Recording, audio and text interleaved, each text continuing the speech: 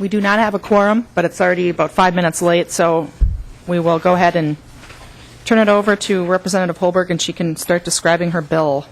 And then once we get a quorum, I'll officially call the meeting to order.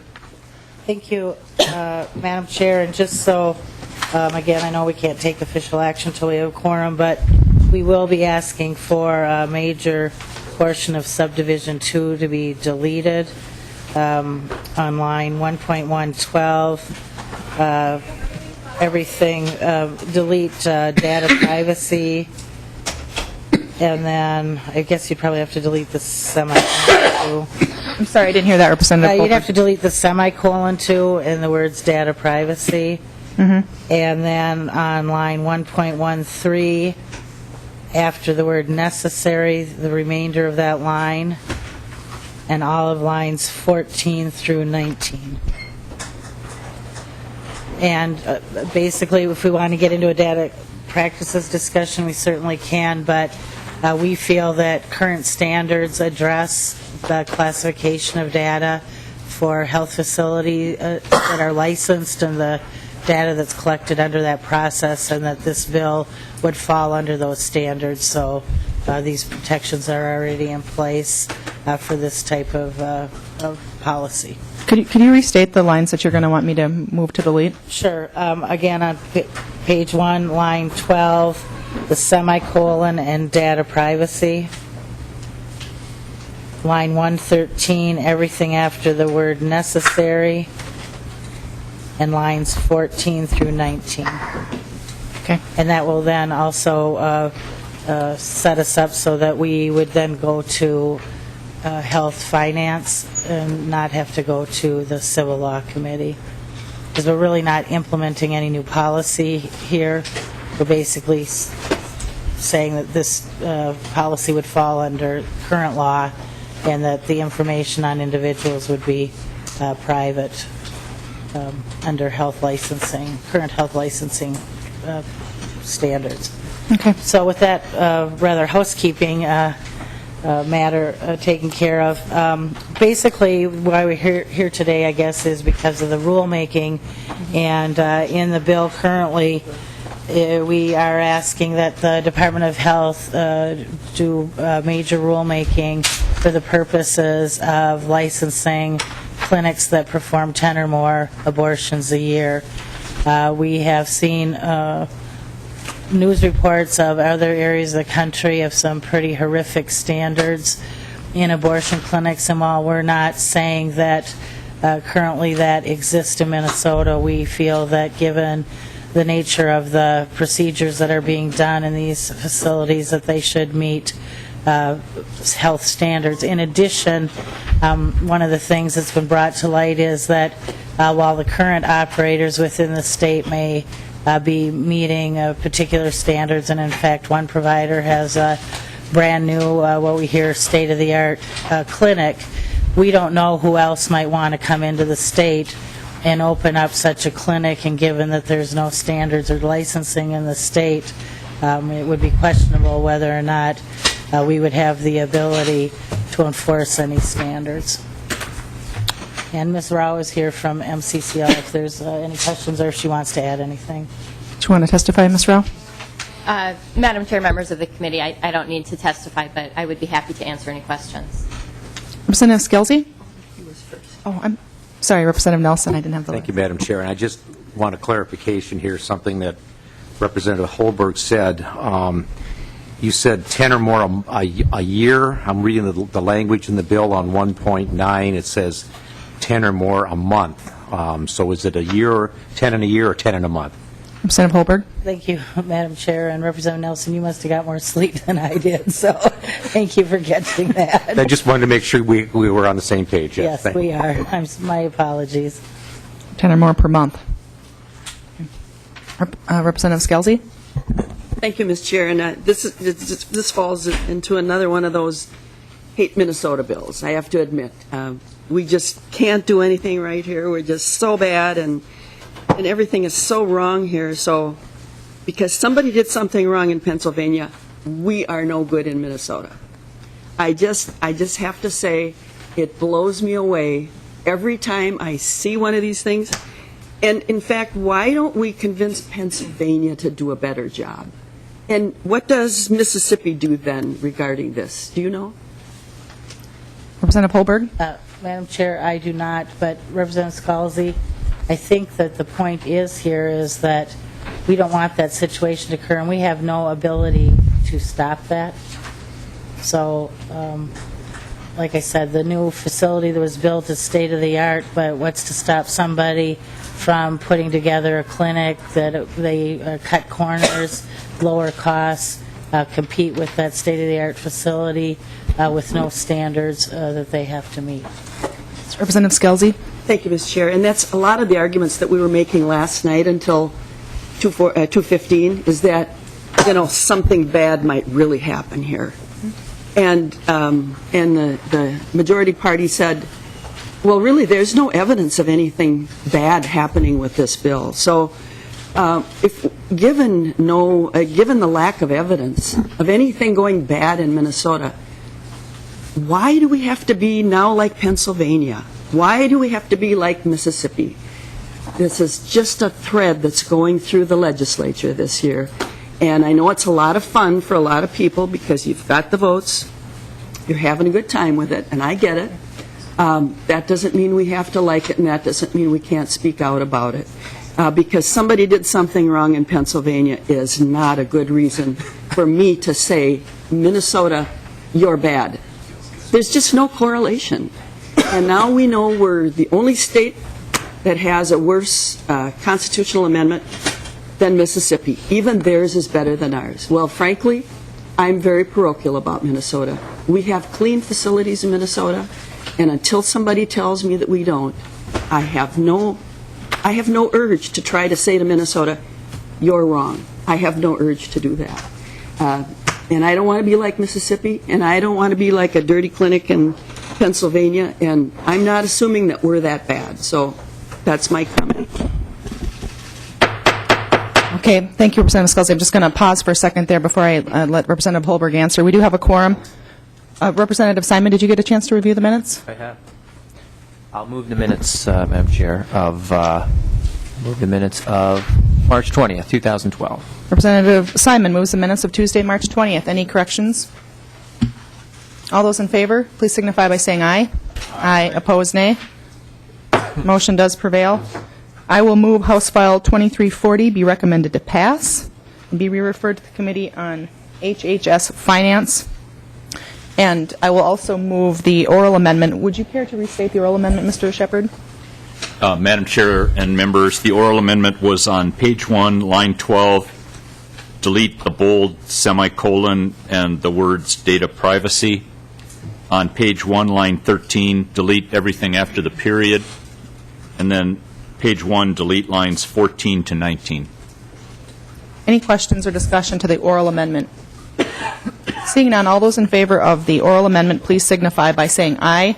Aye. Opposed, nay. Motion does prevail. I'll turn it back over to you, Representative Holberg, now that it's in your shape, but the shape that you want, and you can answer Representative Skelzy's question if you so choose. Madam Chair, I wasn't sure there was a question there. Representative Holberg, it did bring a question in my mind about licensing, and I sat in the licensing committee the first time I was here. I was a freshman. I didn't know any better, and I didn't know to fight to get off of it, so I was on the licensing committee, and I was shocked at some of the things that we do license in Minnesota that are, in my opinion, much less important than this. I think it's really important if even there's one clinic that is not acting in the way it should, I think it's important that we license. But do you know of some of the other things that we license in Minnesota? I don't have a list in front of me. I'm just wondering if in your research you did if you have some ideas of some of the things that we license in Minnesota, just for comparison's sake. I'll let Ms. Rao answer that question for you. Ms. Rao? Madam Chair. I think you need to state your name I can't remember if I did that or not. But Sure. Madam Chair, members of the committee, my name is Andrea Rao, and I represent Minnesota Citizens Concerned for Life. MCCL is a grassroots organization of more than 70,000 member families and more than 200 chapters across the state representing pro-life issues. And there are obviously many, many different kinds of establishments and facilities that the state does license and regulate.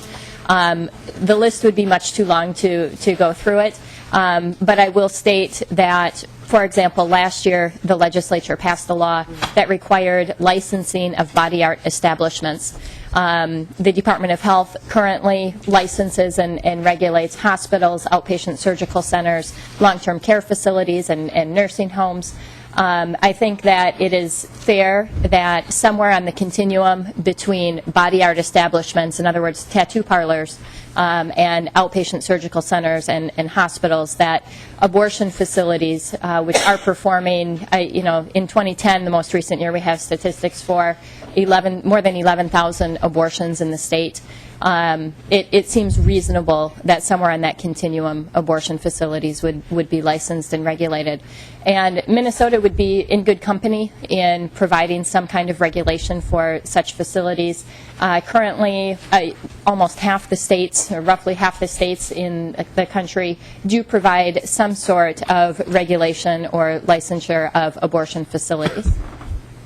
Thank you, because I appreciate that, because it seems to me like, we want to make sure we don't have fly-by-night facilities and we don't really know what they're doing. And if we're licensing body art establishments and outpatient centers, it seems that we, at the very least, owe it to the women of Minnesota to make sure that their health is safe when they go to these clinics. And so I wouldn't view it as a hate Minnesota thing. I'd view it as a pro-woman type of issue.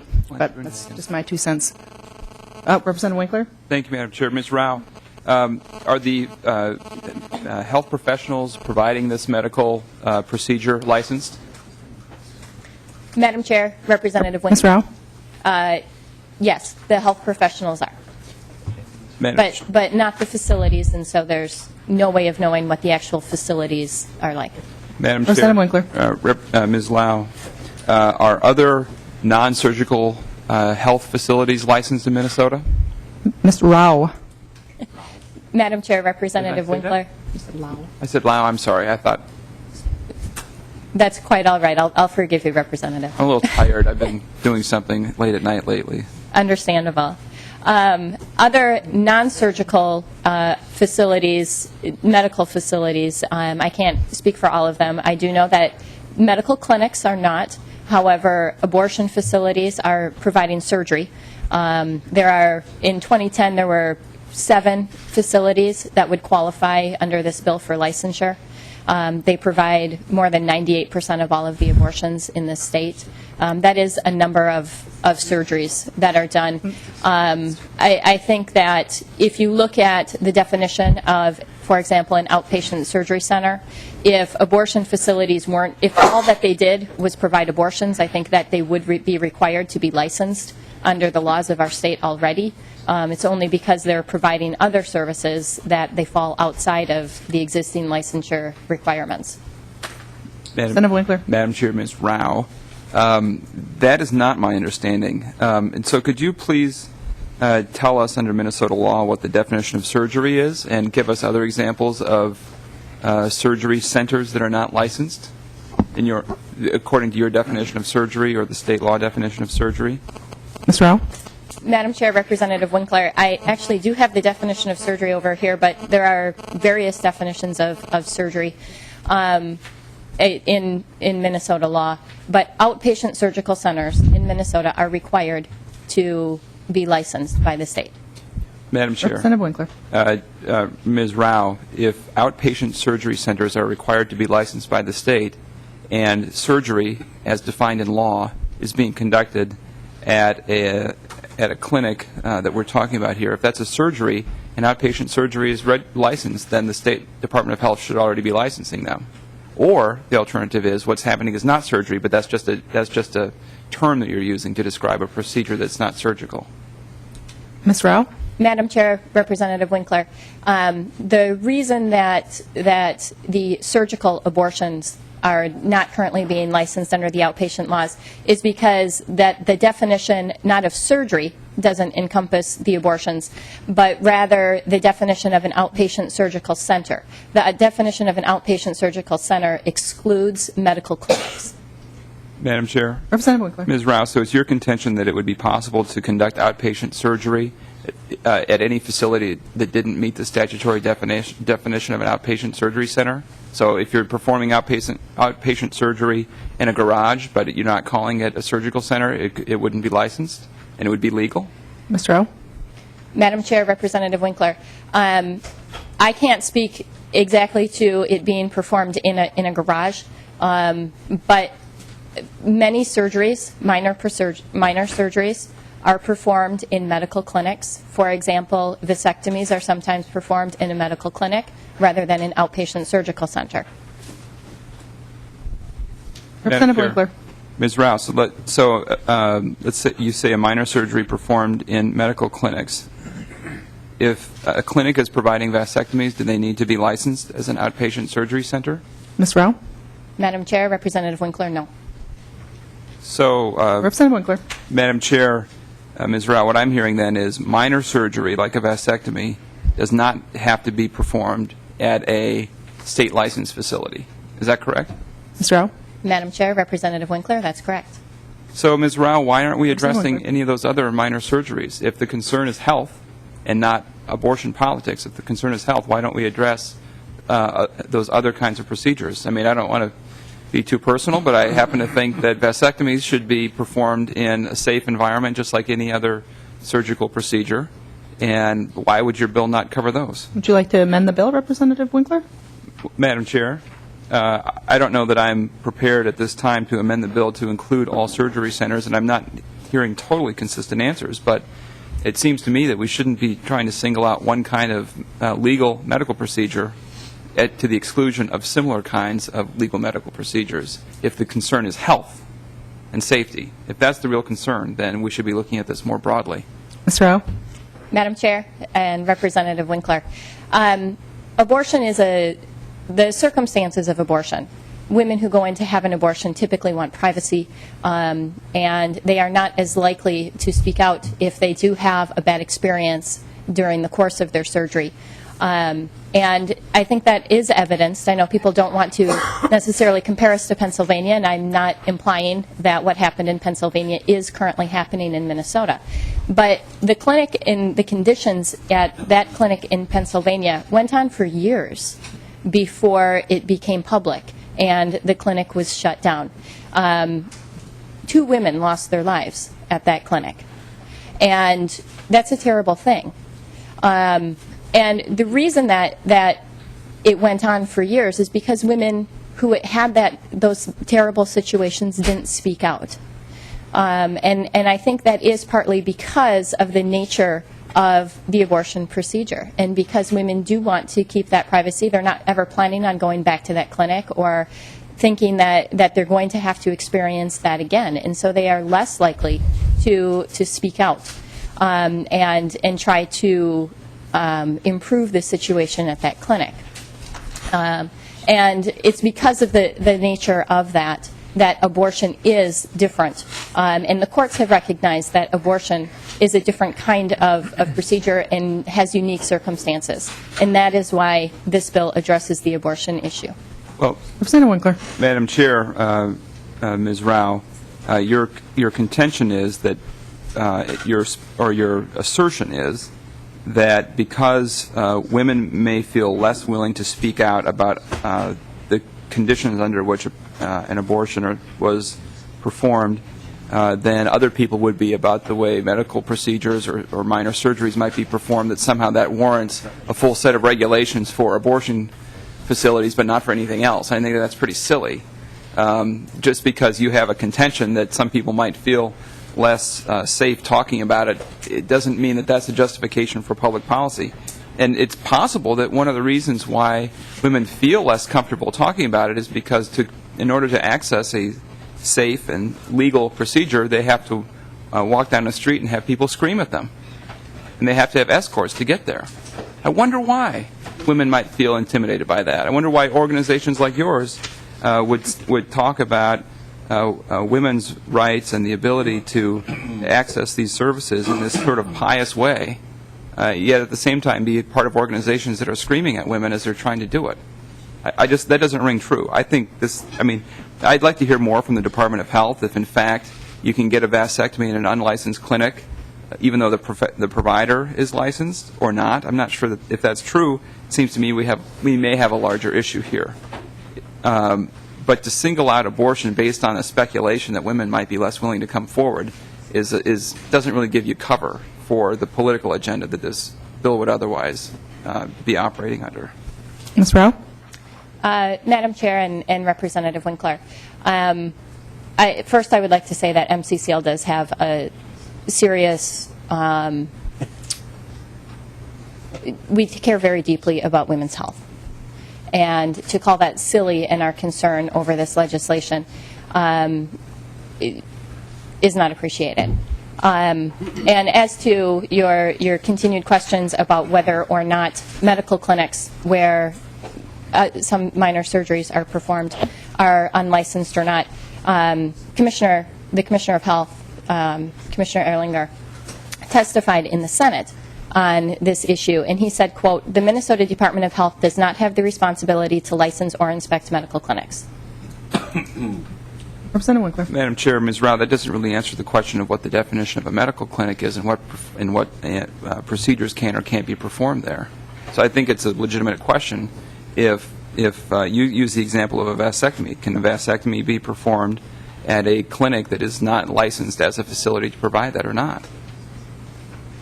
And I didn't say that you didn't take concern about women's health seriously. What I said is that the concern about women feeling uncomfortable is undermined by the experience that they have to go through in order to access something that is legal. And it's organizations that work together that are, on the one hand, expressing concern about women's willingness to express themselves or to complain about being badly treated. At the same time, I don't know if MCCL does it or not, or if it's other groups who stand there and get screamed at and have to have escorts. I mean, it's kind of hard to have that both ways. Ms. Rao?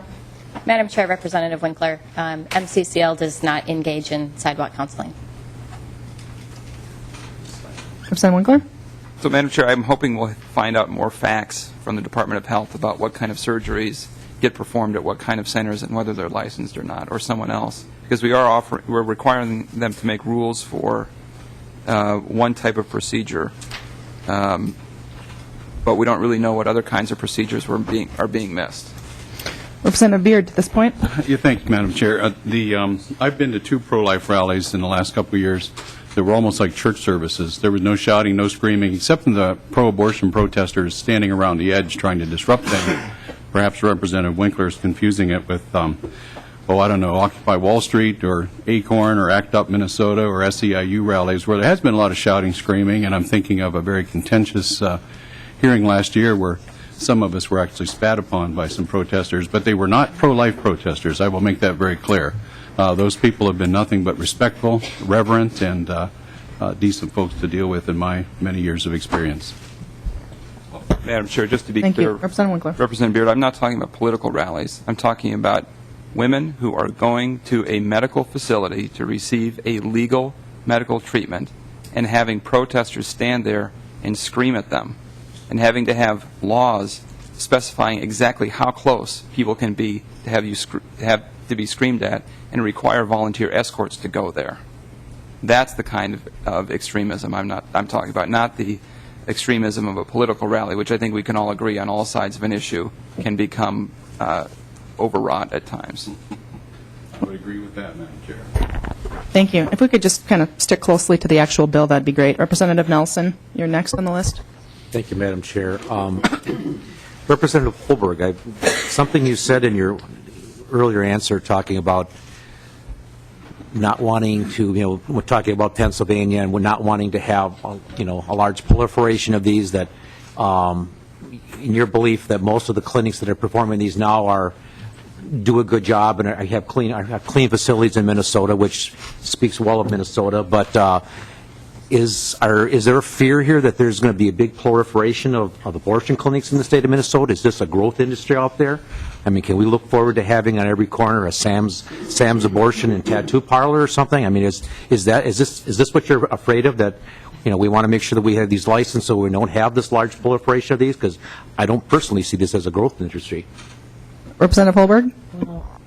Madam Chair, I'm really not known for being afraid of much of anything, so there's certainly not a fear factor driving this bill. But I think that, I guess I'm just surprised that we wouldn't want a basic set of standards for these facilities to meet. Maybe that's not important. But I think that they should meet a basic set of standards, not overburdensome, but fair, and that we think that these facilities are safe and clean and properly staffed with the people with the right accreditations, et cetera, but we don't know that. Representative Nelson. But, Madam Chair, is that any different than any, as Representative Winkler was pointing out, any other medical clinic out there? Do we know that they're safe and clean? I mean, I believe they are. The doctors and the nurses that are working in them are licensed professionals. And are these any different than a place where, like I said, you get a vasectomy or get a wart removed or get other minor surgical procedures in your local doctor's office? The clinics there aren't licensed either. And so how are we just assuming that just because some of these places are performing abortions that they are therefore not following those same standard practices that the medical clinic or the medical field practices because they want safety for their patients? Representative Holberg. And Madam Chair and Representative Nelson, again, we don't know.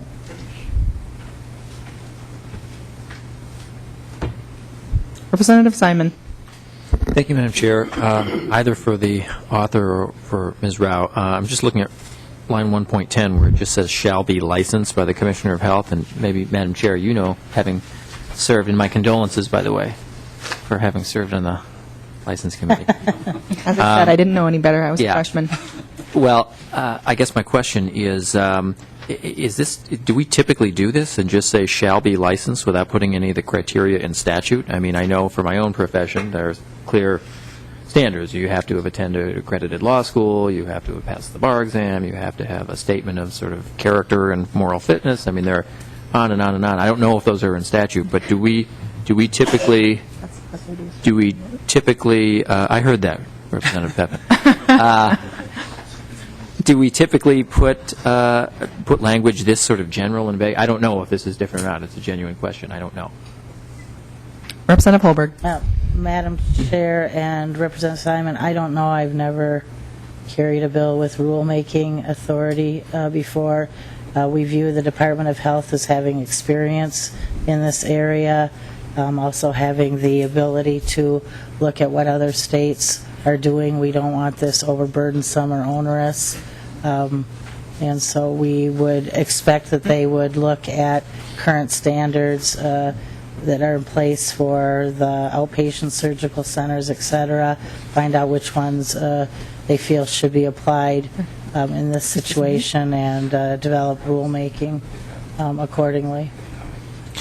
Well, Representative Simon. thank you, Madam Chair. I guess I'll ask, and that's a fair answer, Representative Holberg, but Ms. Rao, would you, I mean, I assume you're going to want to have something to say about the criteria or the standards for licensure. So is it your thought that if this were to be enacted, you would just be heavily involved in the rulemaking process and sort of fight for rules that flesh out the criteria you want? I mean, I'm just puzzled by this sort of general statement of shall be licensed, or is that defined elsewhere in state law? Can you tell me how would you? I assume you have an opinion on what licensure, what the standards should be for licensure. How do you plan, if this is enacted, to flesh that out or effectuate those standards? Ms. Rao. Madam Chair, Representative Simon, we actually have faith in the Department of Health that they could issue appropriate rules for licensure of the facilities. As Representative Holberg said, they have a lot of experience in this. They have examples of both state law and state rules, as well as looking at other states to go by. We have faith that they can do appropriate rules. And if I might, Representative Holberg. Madam Chair, the fiscal note provides some structure to what the intent of the department would be around rulemaking. and that they would say that they would put requirements for infection control, staff qualifications and training, anesthesia procedures, disposal of materials, patients' rights, physical plant, sanitary environment, and reportable diseases, and that they assumed that the initial licensure activities would take an average of 24 hours of work by staff per licensee, and that on average that they would inspect once per year and would likely take an average of about 73 hours. And they are basing this on their experience conducting inspections of ambulatory surgical centers. So, I mean, they obviously have taken what they're familiar with and extrapolated that for the rulemaking and inspection procedures in order to put together their fiscal note. Representative Simon. Thank you, Madam Chair. Just another question. I came in a little bit late, so maybe you said this at the beginning. How many facilities do you think this would apply to in Minnesota? Representative Holberg. I'm sorry, Madam Chair, in the fiscal note, it said that they would regulate 8 clinics, health centers, or other facilities, and that they would, they assume that there would be some flux in the market, and so they also assume 2 new providers by 2013. Representative Skelzy. Well, thank you, Ms. Chair. For either Representative Holberg or Ms. Rao, had you thought of declaring these clinics to be ambulatory surgical centers? Representative Holberg. Madam Chair and Representative Scalzi, we're looking at what the current standards are in some of the categories that are currently licensed to see if that's something that would work. But we haven't been able to dig through, as you can imagine, all the rules and regulations related to that. That's something that we'll consider between now and Representative Abler's committee. We would like to avoid the whole rulemaking process, if possible. Representative Skelzy. And I would just say that, you can either start a war or you can work through the process where there's no war. I mean, I'm an anti-war person as well. So it just would seem to me that this would not start the war. If you could somehow work through that other venue where everyone would be equal, it would make a lot of sense for a lot of people in Minnesota. We don't need to be fighting these battles. But I had one other question, too. Because I heard about the tattoo parlors being licensed. And so, Ms. Rao, would you say that hepatitis is a health risk? Ms. Rao? Madam Chair and Representative Scalzi, I'm not going to pretend to be an expert either on tattoo parlors or hepatitis, but I know I don't want hepatitis. Representative Skelzy. And I guess I don't know anything about it either, but I know that hepatitis is a bad thing. That much I do know. So I'm assuming that there's a reason why we do license tattoo parlors, and I would assume that the reason is hepatitis, dirty needles, that kind of thing. So there are reasons that we license some of the things that we do. But when you get to the idea of the vasectomy, can you tell me, Ms. Rao, is there a dirty vasectomy clinic in Pennsylvania? Ms. Rao? Madam Chair, Representative Scalzi, I haven't heard any reports of it. Representative Skelzy. So do you know of any dirty vasectomy clinics anywhere in the country that we should compare ourselves to? Ms. Rao? Madam Chair and Representative Scalzi, this bill isn't about vasectomies, and I really don't have any expertise in the issue. Well, I just... Representative Skelzy. Thank you, Ms. Chair. I just have to say I'm a real equalist. I don't think that anybody should be more important, anybody's health should be more important than anyone else's. And I'm concerned about women's health. I'm concerned about men's health. And I think that if we really want to make sure that clinics are licensed, then we should make sure that any place that a vasectomy is performed should be licensed as well. In fact, I'm in favor of licensing everything. And if that's the road we're headed to, I'm in favor of that. It would take a lot of money, but we just can't point out one little thing and say that women's health is more important than men's health. I just don't believe in that, and I think that the best way to do this would be to license, to create this as an ambulatory surgical center, and then we wouldn't have to fight over it. Thank you. I have a follow-up question to something Representative Scalzi said about the body art licensing. I'm wondering, is there a health risk? You might know more about this. Is there a health risk from staph infections from dirty needles? Do either of you know that, Ms. Rowe? Madam Chair, I won't pretend to be an expert on needles. I might ask the Department of Health when they come to testify, because I would think that there would also be a health risk from performing abortions that we might want to make sure is taken care of as well. I also want to point out that all of you on my left have voted for licensing hair braiding. So apparently that's more important to some of you than licensing clinics that do abortion.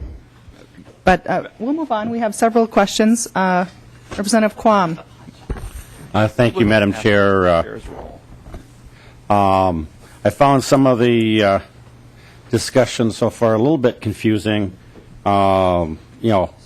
Comparing wart removal to what many people consider the ending of a life sort of trivializes what we're discussing. But more to the point, do we imply that being proactive on issues, especially health issues, that have presented themselves in other states in this nation is wrong? What do we say to the person that is your example that's required before doing this? And, if this person dies, well, we didn't do this because we wanted to first have it exhibited in Minnesota. I think it's prudent, especially in health issues, to look at what has happened in our nation and be proactive to prevent these type of activities. So I support this as being a logical and prudent thing, and I don't think that we have to wait for a tragedy to hit one of our citizens before taking this proactive measure. Thank you. Representative Erdahl. Thank you, Madam Chair, and actually Representative Simon asked my question on the number of facilities that would be considered under this. But I'd just like to comment generally that we license a lot of things, and if we're licensing barbers and braiding of hair, I believe that we should license those areas that protect the lives of people. Thank you. Representative Winkler. Madam Chair, there is somebody here from the Department of Health that I'd like to ask a couple of questions of. But first, I'd like to say, first, Madam Chair, that the testimony has already been that the people who provide these procedures are licensed. It is a false statement to say that it is unlicensed. It is not factual to say that hair braiding is licensed, but providing abortions is not. The people who do it are licensed. They are medical professionals like any other medical professional. That is a false statement. And I understand that at times it's helpful to repeat the same false statements over and over and over again and make these comparisons that are completely inappropriate in order to make your point. But this bill was presented as a health regulation bill. And so far, we have a number of questions about whether we are treating similar kinds of medical procedures similarly, or if we are making a special case out of a procedure, a legal procedure, that some people happen to disagree with. So if I'd like to understand from the Department of Health if this is a general health issue, or is this making abortion a special target? So I'm going to not ask that kind of question for the department. I'm going to ask a more specific question, which is what kinds of procedures can be conducted at facilities that are not licensed? The professionals, the providers are licensed, but the facilities are not. What kind of procedures can be performed there today? welcome to the committee, and if you could just state your name before answering Representative Winkler's questions. Thank you. My name is Jim Koppel. I'm the Deputy Commissioner for the Minnesota Department of Health. In answer to Representative Winkler's question, the Department of Health currently does not license clinics. The history of the way clinics have operated in Minnesota is you are, as a physician, you go through medical school, you get your degree, you are then licensed to practice. You are regulated through the medical board, appropriate medical board. So if it's a doctor's board of medical practice, nurses, a board of nursing, et cetera. Additionally, you are usually credentialed by every payer. So a health plan will credential a provider. If they're going to reimburse you, you need to meet their criteria, which generally is the appropriate degree and license needed. And then additionally, clinics, especially hospitals, surgery centers, all have national associations that also do credentialing and come through, and clinics have to be credentialed under those criteria. So that has been the model that followed historically in Minnesota. We have not licensed any particular clinic. We do license surgery centers. Surgery centers are a little bit different than a clinic because a surgery center exists to do surgery. It's not a primary care. You don't go there for other services. You generally go there upon a referral for a specific procedure, and it's done in that setting. So those are licensed and regulated by the Department of Health, but clinics are not. Representative Winkler. Madam Chair, Mr. Koppel, so if a abortion were performed surgically, would it need to be performed at either a surgery center or a hospital? Mr. Koppel. Madam Chair, Representative Winkler, I am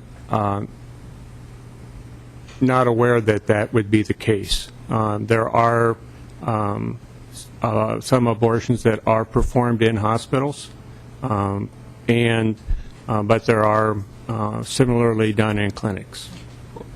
Representative Winkler. Madam Chair, Representative Koppel, I mean, it's my understanding that there's more than one form of an abortion procedure, and those that are surgical in nature, and I don't have the definition for that, but those that are surgical in nature, could they be performed outside of a licensed facility? Could any surgery be performed in a non-licensed facility in Minnesota? Mr. Koppel. Madam Chair, Representative Winkler, by surgery, I mean any outpatient surgeries are quite commonly done in clinics across Minnesota. Representative Winkler. And Madam Chair, Mr. Koppel, so outpatient, just to restate, outpatient surgeries are commonly done in clinical settings in which the facility is not licensed. And so therefore, if an abortion were done as an outpatient surgery and only an abortions had to be done at licensed facilities, then abortion would not be treated as you'd essentially be changing the definition of an abortion as an outpatient surgery to something that could no longer be. In other words, you're not treating it like other kinds of outpatient surgeries. I'm having a hard time getting the words out here. But you're not treating, if the bill passed, an abortion would not be treated like other kinds of outpatient surgeries because it couldn't take place in an unlicensed clinic.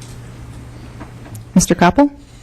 Madam Chair, Representative Winkler, we don't define surgery, nor do we get into the issues of which surgeries are appropriate for licensure requirements. We are, by statute, we regulate surgery centers, and the ambulatory surgery settings, and hospitals. We do not regulate licensed clinics. Representative Winkler. Madam Chair, Mr. Koppel, so we used the example previously in here of a vasectomy, and under current law and regulation, a vasectomy could be performed at an outpatient clinic, and that facility would not be licensed. Mr. Koppel. Madam Chair, Representative Winkler, no, yes, that would be correct. Under current day, that is correct. So, Representative Winkler. Madam Chair, I guess the kind of the clear, to me anyway, answer here is that the state doesn't define what procedures are surgical and what procedures are not surgical. They don't define what are outpatient surgical procedures and what are not. They don't decide that a vasectomy is a surgical procedure that has to be performed in a certain kind of center or not, that the professionals themselves are licensed to make these decisions. And so if we pass this bill and apply it only to abortions, we are treating this particular kind of procedure differently than all other surgical procedures by specifying that it has to be done in a licensed facility. The bottom line roll-up of this question is we are treating an abortion procedure differently than all other kinds of procedures by making this requirement apply to it. And so it seems to me that we are not talking about health, we are talking about abortion. Anybody want to comment on that? No. I didn't think so. Representative Green. Thank you, Madam Chair, and thank you, Representative Winkler, for bringing that up. I work in healthcare, so I have some insight into how procedures are determined to be inpatient or outpatient, or what the appropriate setting of care is. And generally, it's basically physician judgment in combination with kind of what common practice is, and it needs to be justified in the documentation in order for insurers to cover it. And so I would just like to reiterate what Representative Winkler said, which is that we are essentially getting involved in the practice of medicine by saying that certain kinds of procedures are now going to be regulated in this way, and that's different from how the inpatient-outpatient determination is made for other procedures. So that is one of the reasons why I'm not a fan of this bill. Also, I just think I'm trying to think of the kind of legislative phrase for it's getting in the grill of people who who have chosen. That means a non-legislative. I don't either. Okay. I guess I want to say a little bit, but nicely. I realize this is a formal forum. I want to say a little bit of please back off. People who are pursuing these procedures, it's their personal choice, and I'm surprised, not really, that we are here discussing this at the legislature. I notice outside of the legislature in the news that every time I look at the headlines, especially on women's health issues, that I feel like I'm looking at an Onion headline, but in fact it's real news from Arizona, from New Jersey, Virginia, wherever it is. And I really hope that Minnesota will not become one of those states. Doesn't look like you're looking for a response. Thank you. She's just getting in the grill. Just getting in the grill. Okay. Representative O'Driscoll. That's right. I represent an urban district.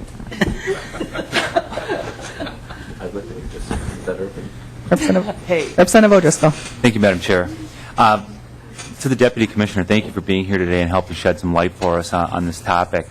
I have to tell you, this was a very educational experience for me today. As a consumer of health services in the state of Minnesota myself, I found it kind of interesting that the Department of Health regulates the provider, but not the facility in which many of these services are provided. And I wonder how many Minnesotans are aware of that.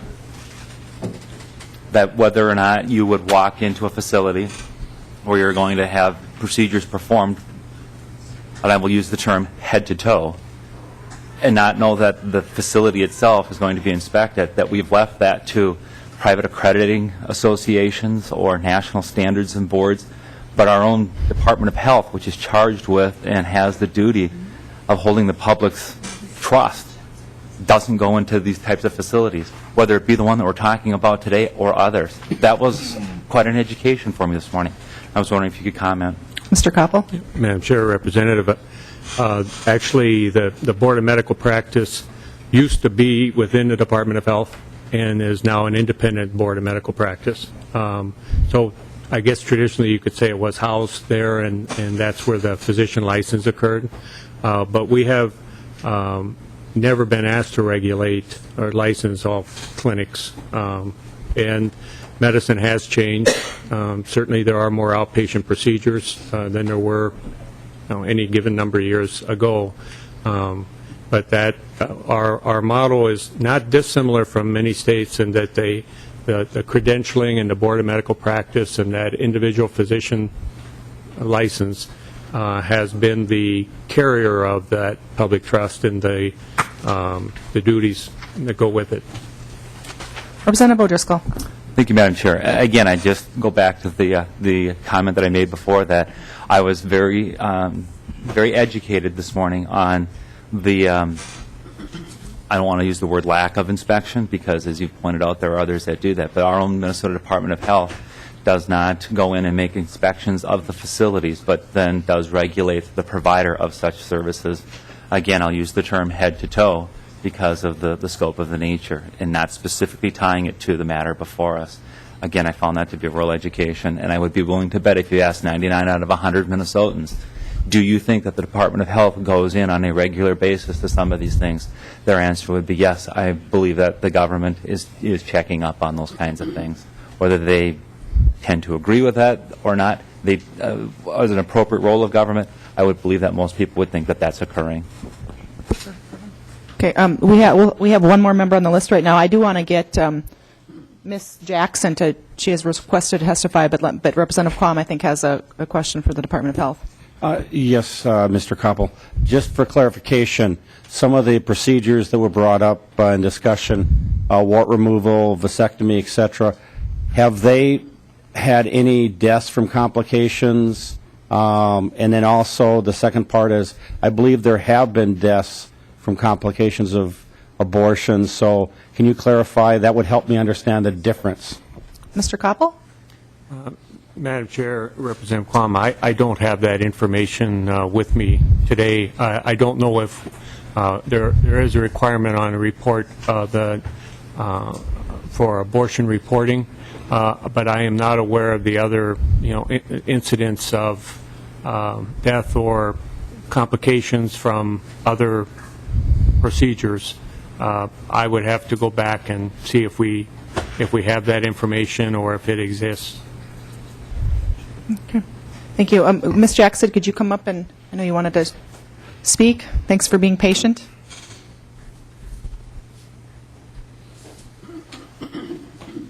Good morning. Thank you, Madam Chair.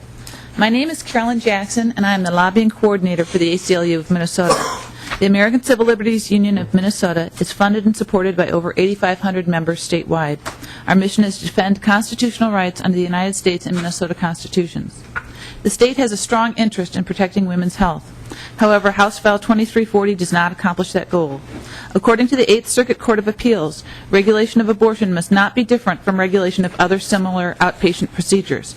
Secondly, regulation of early-term abortion must be related to maternal health. These two holdings are supported by the Supreme Court decision in Planned Parenthood of Southeast Pennsylvania versus Casey. Currently, the state of Minnesota, well, we heard about what the regulations are currently in Minnesota from the Department of Health. House Bill 2340 singles out abortion clinics without differentiating abortion from other outpatient procedures. No testimony was provided in the Health and Human Services Committee that differentiated abortion from other outpatient procedures. There is no rationale for this regulation. In fact, House Bill 2340 does not even regulate abortion. Twice in the Senate Health and Human Services Committee, the author of the Senate bill was asked to change this bill to apply to all clinics that perform abortion, and twice the author refused to do so. By exempting clinics that perform abortions less frequently than other clinics, this bill explicitly serves to use the state's police power to drive some clinics out of business. It has no relation to medical safety at all. One could even argue it diminishes medical safety. Let me use an analogy. If one needed a cancerous melanoma removed, would one choose a clinic that removes one a year, or a clinic that removes at least 10 melanomas a month? Personally, I would go with a more experienced clinic. There has been no finding that this bill advances the state's interest in protecting the health of its people. By exempting clinics that perform abortions less frequently than other clinics, this bill raises the question whether its main purpose is to reduce access to abortion services, not to improve medical safety. Therefore, we urge you to vote no on House File 2340. Thank you. Any comments for the witness? Representative Hancock. Thank you, Madam Chair. Ms. Jackson, part of the bill is talking about 10 or more pregnancies. And you were, I believe in your testimony, saying that, are you saying that there's no threshold of numbers that is a threshold that can be regulated? Has a Supreme Court or any court ruled, say, on the number of 10 or the number of 20? Or, in other words, you were saying that it couldn't differentiate from what you might call a small provider from a large provider. Is there any standard there that has been established as a viable standard?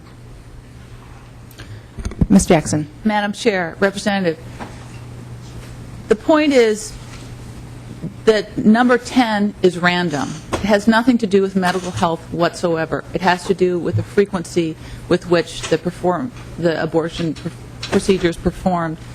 There are clinics that perform less than 10 a month that are not regulated. Therefore, it's not related to any medical procedure. It's related to the frequency with which they're done. And it has nothing to do with health. Ms. Rao wanted to answer as well. Yes, Madam Chairman, Representative Hancock. In Texas, they had clinic regulations that were upheld by the federal courts there. And in Texas, they set a threshold of 300. And the court said, quote, while anyone could say that it is just as rational to draw the line at 10 abortions per month or 3 abortions per month, this type of line drawing is typically a legislative function and is presumed valid. Those regulations were upheld in Texas. Oh, any other questions for Ms. Jackson? Representative? Not for Ms. Jackson. Okay, thank you for your testimony. Thank you. Representative Winkler, do you have a question for Madam Chair, Representative Winkler? to the author, Representative Holberg, I was able to do a quick internet search of outpatient surgeries that are currently capable of being performed on an outpatient basis, not currently regulated as your bill is applying to, in the way your bill is applying to abortion. But among them are breast excision and biopsy, all dental procedures, cataract surgery, vasectomies, tubal ligation, tube tying, limb or fingers or toes amputation, and surgery on the lens of your eyes. Now, if we have a concern about the health and safety of outpatient procedures, it seems to me that we should be equally concerned with this list as we are with abortion. And the comparison isn't to tattoo parlors or hair braiding or anything else. The comparison is how we regulate all these other kinds of outpatient procedures. And if you don't want to treat abortion similar to those other things, you're singling it out. And I don't know why would you craft a bill to not apply to all those other kinds of outpatient surgeries. Representative Holberg. Madam Chair and Representative Winkler, that wasn't my interest, basically.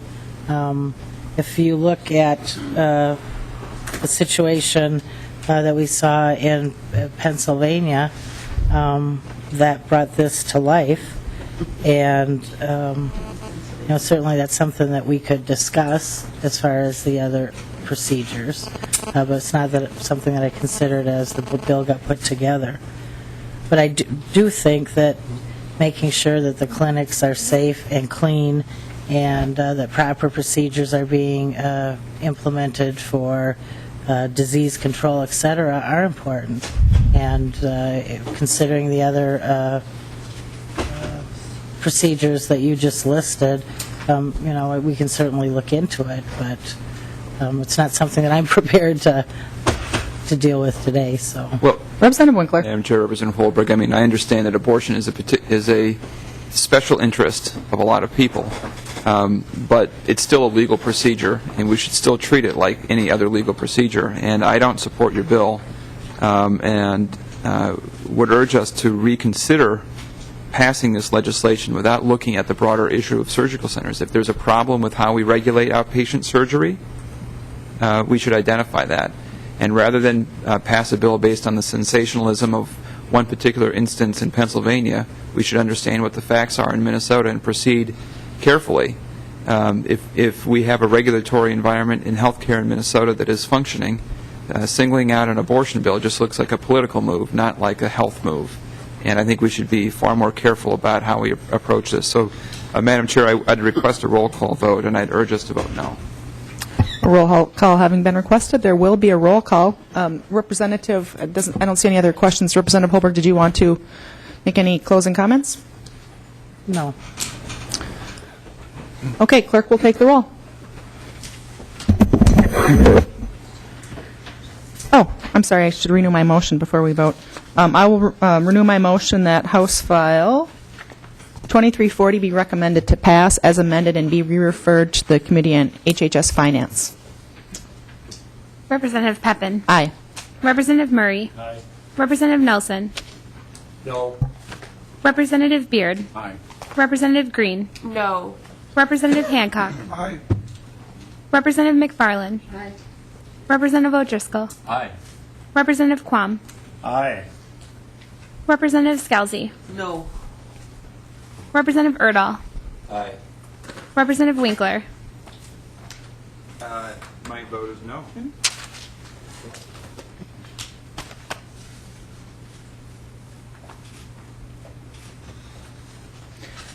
There being 8 ayes and 4 nays, the motion does prevail.